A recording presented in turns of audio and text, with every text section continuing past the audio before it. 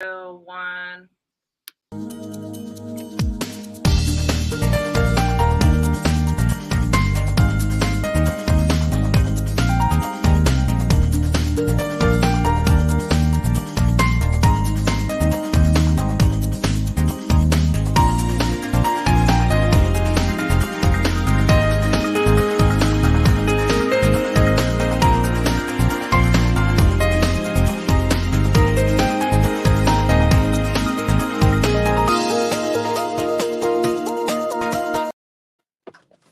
Hello, butterflies, and thank you for joining in for Butterfly Tea Time here in Lupus Glitter.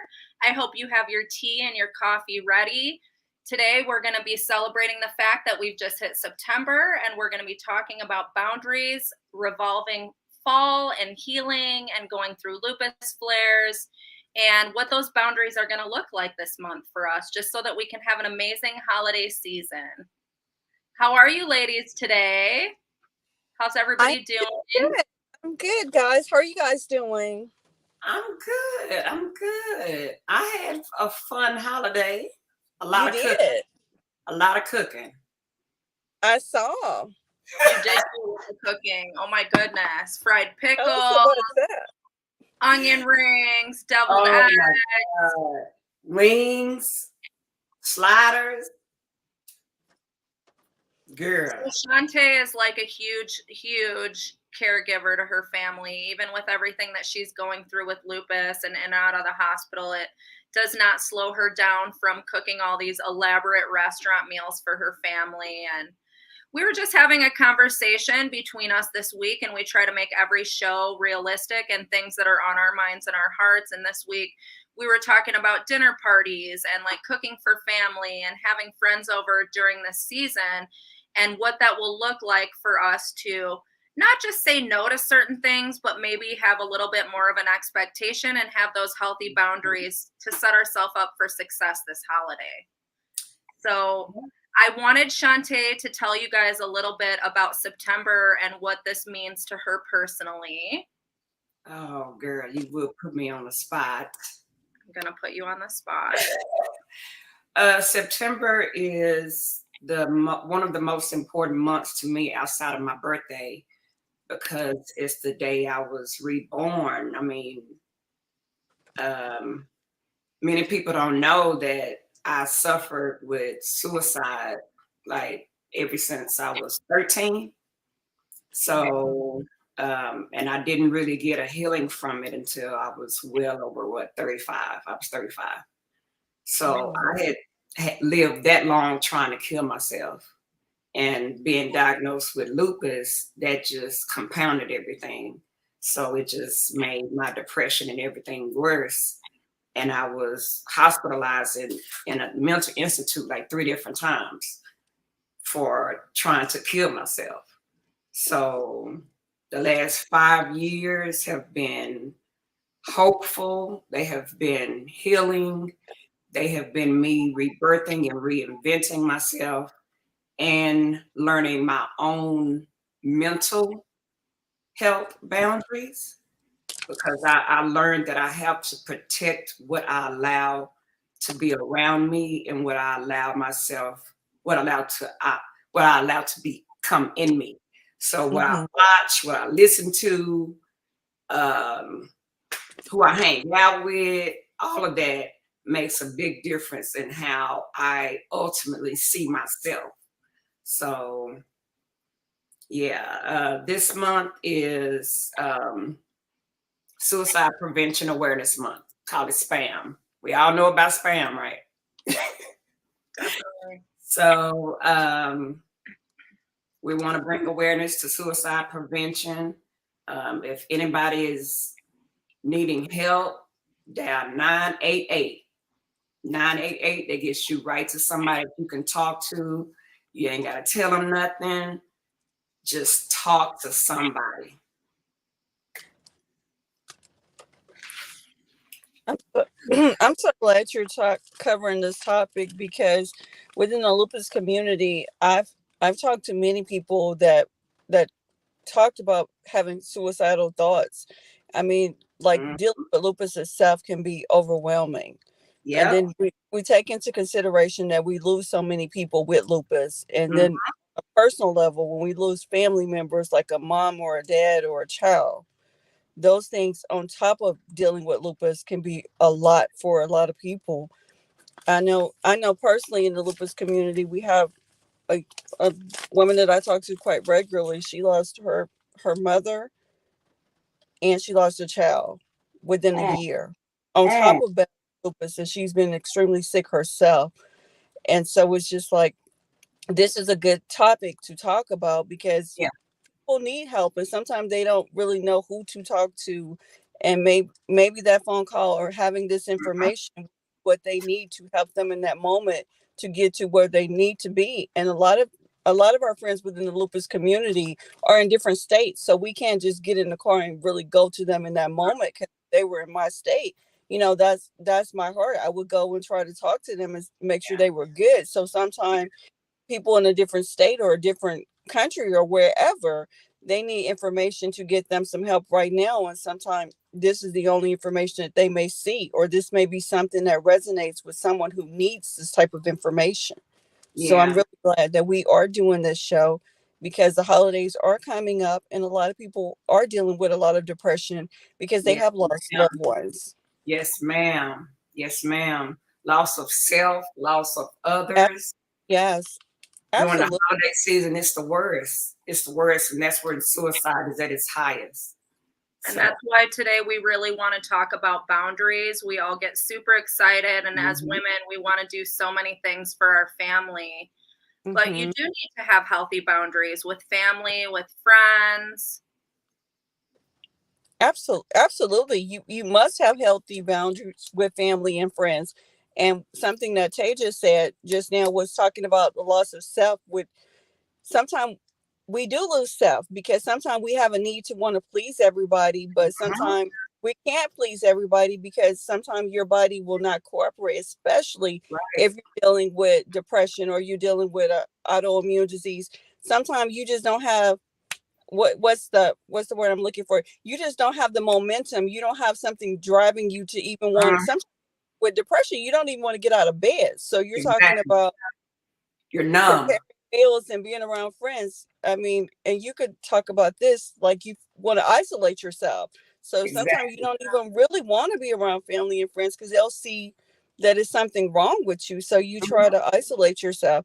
Speaking for myself as a person with lupus and going through different things, I mean, there were times where you're gonna have to be real close family to see me in this condition, if you know what I'm Mhm. saying. So just like Yeah. because we have such a judgmental society. It's sad to So say true. that, but sometimes people they don't understand. Okay, well you really look a mess. I mean, I'm really going through something right now. This is not my normal demeanor. It's something going on with me. This is not how I usually am in this world. So they don't take that, but they're like, oh, you didn't even comb your hair. You look a Yeah. mess. I mean, people will say stuff like that, and that's not the type of love. Crazy. No. Well, it's That's almost not. like that's the way that people want to assess like how you're doing in life. Is like, "Oh, wow, How you've you look. lost weight," or "Oh, your hair looks nice," or "Oh, are you okay? You look depressed." It's all based on like how they're Look. able to visualize you in Mhm. your current state. Mhm. We need to learn how to touch each other here first, Yeah. Absolutely. and I Yeah. think that's what's missing. Yeah. So And I we want think to what talk to you guys today about like having healthy boundaries. And I know for me, one of mhm, the favorite things that I love to do is to have people over and to cook for my friends. I genuinely like enjoy cooking. I genuinely having enjoy having people over to my home. But like when we really look at boundaries, so many times we actually don't have any boundaries when it comes to our loved Mhm. ones. Mhm. And mhm, then you get into like resentment and thinking that people maybe should know what they need to do to love you. Yep. And that's why we want to talk about boundaries. For me recently, just having dinner parties and things like that, people will have diet limitations for a perfect example, but everyone will bring chips and dip, and I've cooked this amazing meal. Maybe I've made pasta or I've made chicken Alfredo with garlic bread and salad, and somebody can't have dairy, or somebody is on a carb like conscious diet, or someone's like Right. allergic to gluten, but yet everyone's bringing chips to the party. And like, when do we have that discussion without being rude and say, hey, why don't you bring some quinoa, or why don't you bring something to add to the meal and show us like some vegan food? Because for me, for instance, maybe I don't know how to cook vegan food, but I would be totally open to having it. Mhm. So to have that discussion and to lay those boundaries down without hurting feelings, what does that look like to have the best outcome during the holiday season? We I have to think just go go ahead. Go ahead. ahead, Libra. Go ahead. I think you've touched on a lot of things, and one of the things that I hear off the top of everything that you said is preparation for the menu itself.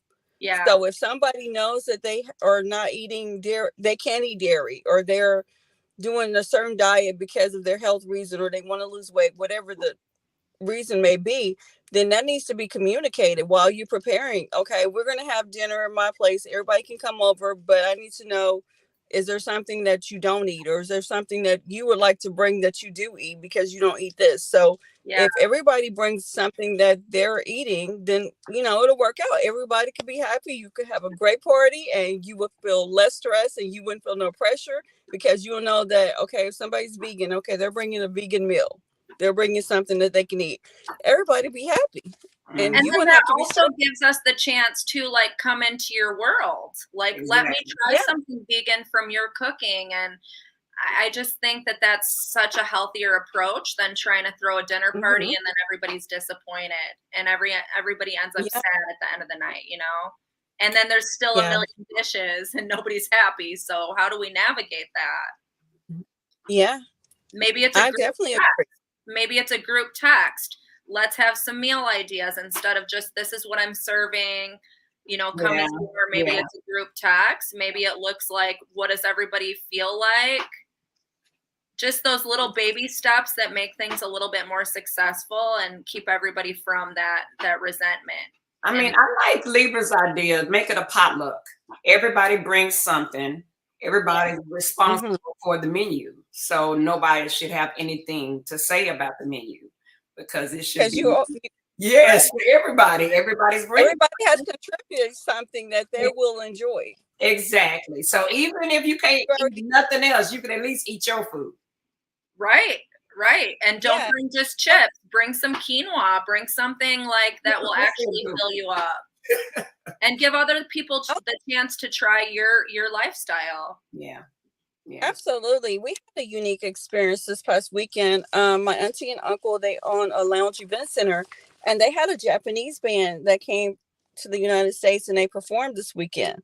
And so we were talking to them about whatever type of food they want to eat, but they wanted to do some American food. So the conversation is something that you could, that you can engage in, like you Mhm. said, up front, because we knew they were coming. So we had conversations about what they would like to eat, because, I have no idea what they really eat. So that was Yeah. a conversation. And they do like American stuff, and they wanted to try some American food while they were here. Okay. So those conversations, it's not to offend, but it's just to be aware, so everybody can be happy and they enjoyed themselves. Exactly. So they like, Exactly. we love this. They were Where are Yeah. they super nice. from? They were from Japan. They were so nice. Those Oh, were some of the nicest people I ever met in life. those are And some they of had your so friends? one of a friend of my auntie's, she's a singer, and she actually traveled to Japan, and she did some music with this band, Wow. and they wanted to come to America, so they came here, and so they performed together.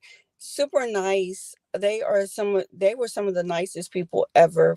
But when we Wow. asked them about what type of food they want to see, they was like, we want to try some American stuff. It doesn't Yeah. even matter. And so they were just so nice. Like, but So those are conversations. what kind of foods did you guys end up preparing for them? We had some Louisiana food. We had some Creole stuff. Like, we had Oh, some gumbo. They like the gumbo. They do like a lot of soup stuff. But it was fun. They were so nice. Yeah, I think that you set yourself up for success there, because if you had just assumed, yeah. it would have gone totally differently.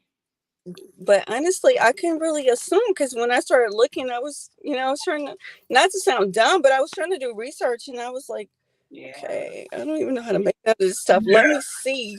Yeah. Because, if you don't really know, it's Yeah. like you was talking about the vegan stuff. I mean, if you don't really know, you may find something on the internet, and people will let you know if it doesn't taste like it's supposed to taste. And I feel like if I went somewhere and someone tried to make me something that was American food, it doesn't mean I'm necessarily going to like it. There's tons of American food that I don't even like. So Right. Yeah, Exactly. I think having that's that true. conversation before any type of dinner party or social engagement, just having that conversation fearlessly and Hmm. making sure that we all just kind of communicate. Exactly. I think that in time management. Absolutely. Absolutely. And one of the things that was fascinating, though, was the group of it was a group of young men. They were various ages, but they love fish. So, my idea of fish and their general idea of the way that they prepare was totally different, but they actually liked it. They said they enjoyed it.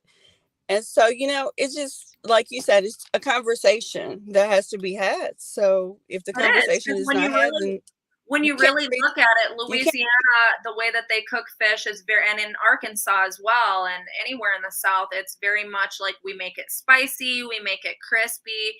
Where in Japan, they cook yeah, that fish more in like fish sauce itself, and they don't try to take yeah, away the fish flavor or contrast it. no, They soak it in more fish, so Mm, you just never know what yeah, the taste is. it's definitely different. Yes. So everything was different, but they were so nice. So I just thought I would throw that in because we were talking about that. And they were so nice. And I think that what I'm getting back to, if these are people that these are people that we had never met before. We just met through talking and just through a mutual friend. mm, And they knew her, but we really know them. And people that you should be able to have this conversation and be comfortable having this conversation, and everybody should be able to be truthful about what they really like or what they don't like. So exactly. the Yeah, expectation is clear and you won't be stressed. Exactly. true. That's the important part of setting boundaries, period. Yeah, Yeah, absolutely. Period. We got to and be Yeah, assertive. We have to be more boundaries assertive. look like so many different things. Boundaries don't just have to be the answer no. Mm-hmm. It can be yeah. that level of just communication, Mm-hmm. and Hmm. that's a boundary. That's a boundary that I want to know what you want to eat. I don't want to just make it and not know. So it doesn't always have to be no as a boundary. It can be so many other different things. A way So of another protecting thing that we yourself. wanted to talk about is there a best practice for protecting your mental health during the holiday season? Because we know when family is involved, there's a lot of triggers, the stress of having everything prepared. And like, how do you protect your mental health during this crazy holiday season, which ultimately protects your actual health? And what's so sad about it is the fact that we had this discussion yesterday, and I did the exact thing that I did not set out to do, which was to not cook all day. And because I ended up cooking all day, I ended up hurting by the end of the day. So I didn't even really get to enjoy much of my Labor Day because I was trying so much to make it perfect. So in my case, it felt like I was self-sabotaging and doing a little bit of people pleasing. So it just kept me from setting keeping it kept me from keeping staying true to my own boundaries, which was get help from people that you love. Don't just try to do everything by yourself because if you do, you're gonna do it. It's gonna take longer. If it takes longer, then you're gonna be hurt more. And when we got lupus, we got to do stuff smarter, not harder. So, I guess just lessening the rate that we have our flare-ups, is so important. So the boundaries, y'all, boundaries and self-care. I guess we all working on it. So Shantae, Absolutely. And when you're doing all these elaborate meals, what are some of the things that you could maybe ask for from others to ease some of your stress? first you got to know what I do. I end up doing the menu. That takes time. The grocery shopping, that takes more time. The cooking, the prepping, then the cooking, then the cleaning up. So with all that, that's like all my time gone. So I need to at least delegate some of that stuff out. So if I do the menu, maybe somebody else can go pick the stuff up.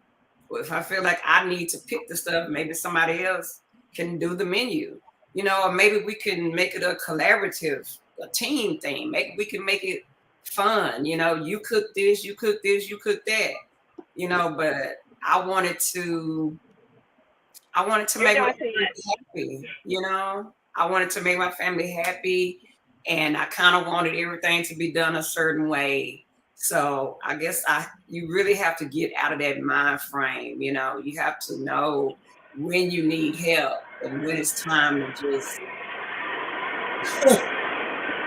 move on. Yeah, I'm a fuss a little bit.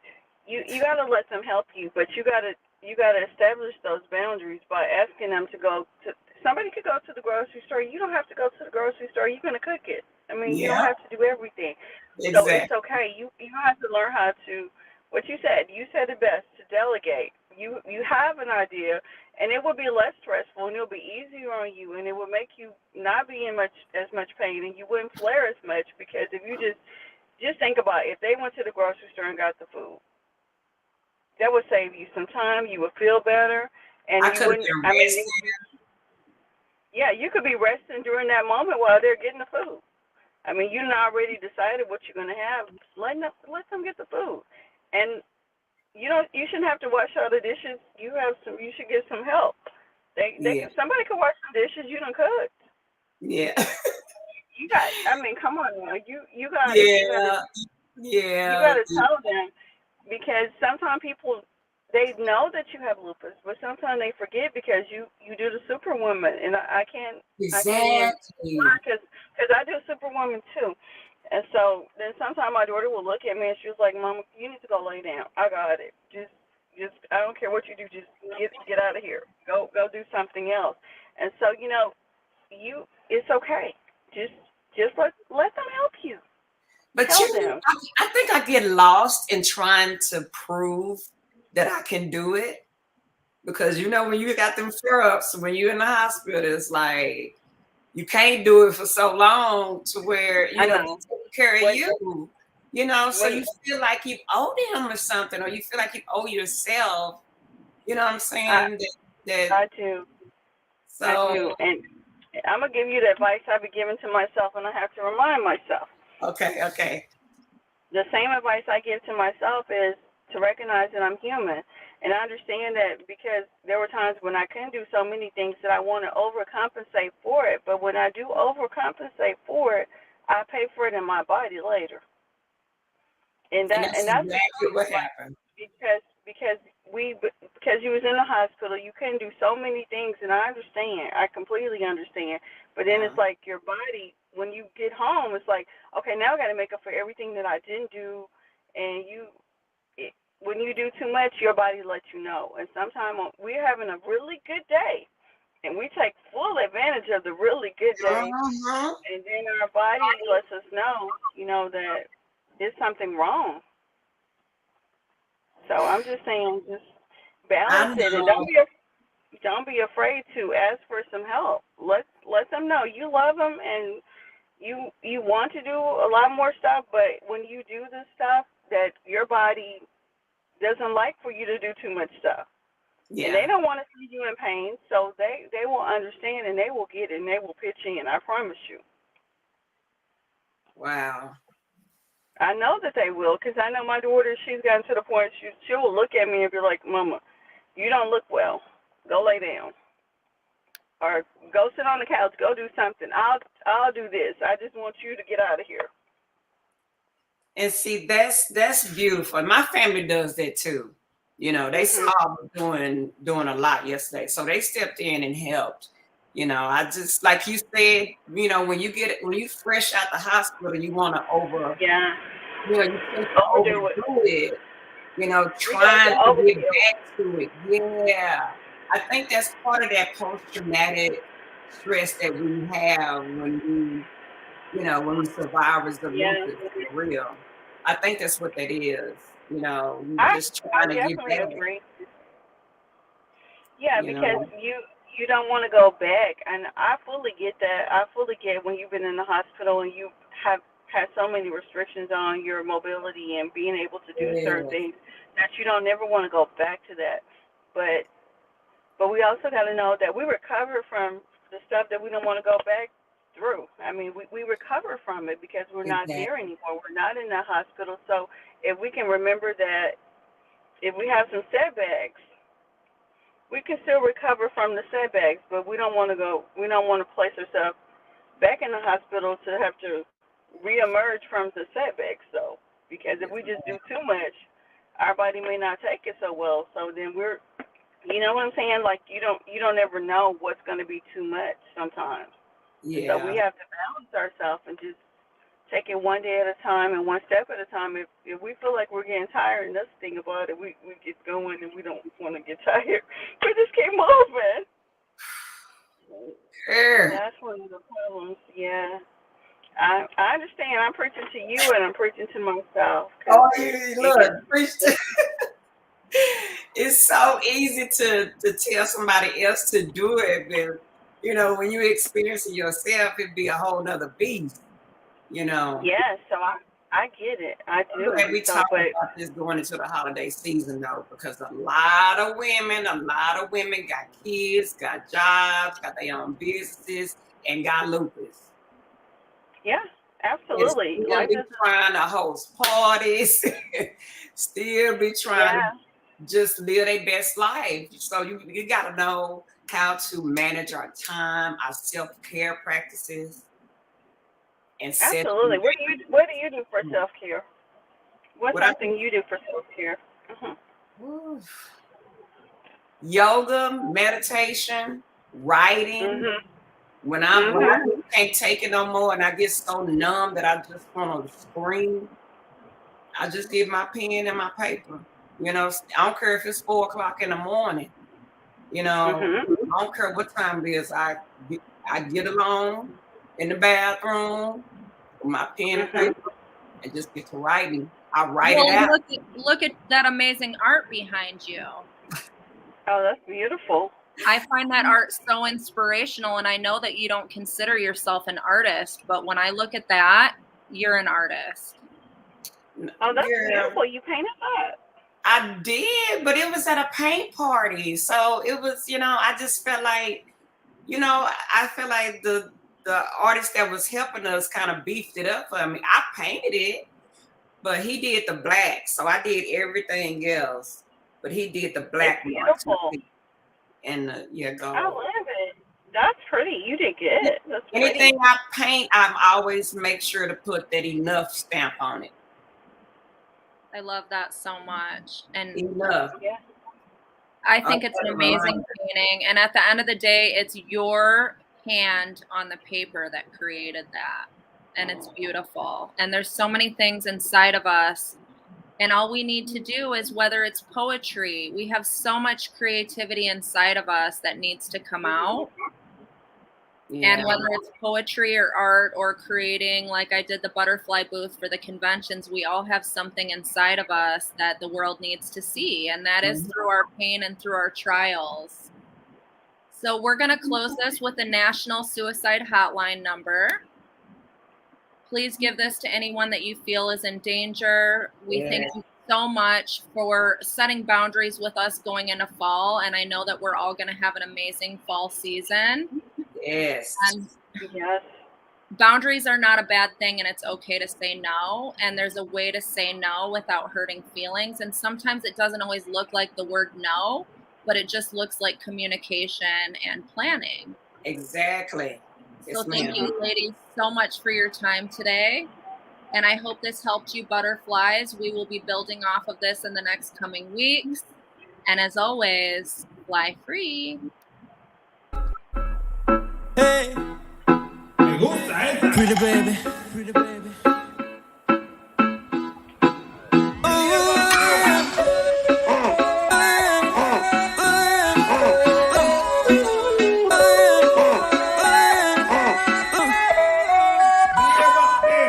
I've been waiting for so long, girl. Yeah. To be with you alone, girl. Yeah, yeah. Move your back against the wall, girl. Don't be afraid, won't let you fall, girl. No, no. You don't